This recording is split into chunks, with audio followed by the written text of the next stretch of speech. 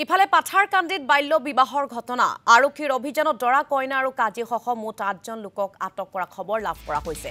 কাৱাৰীবন্দ গাঁৱৰ দৰা জাহৰুল ইছলামৰ পুত্ৰ বিলাল উদ্দিনক ইতিমধ্যে আটক কৰা হৈছে বুলি জানিব পৰা গৈছে।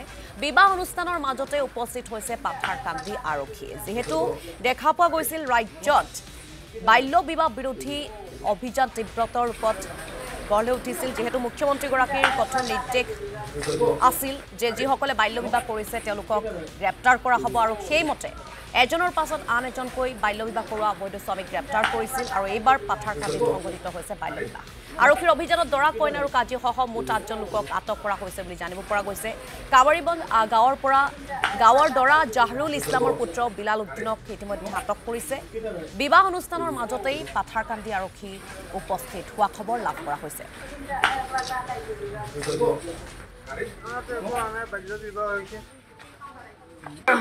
গার্জেন হিসাবে আছো আপনি কাজী কাজী নাই, আমি গার্জেন। এখন কি হয়েছে আপনার?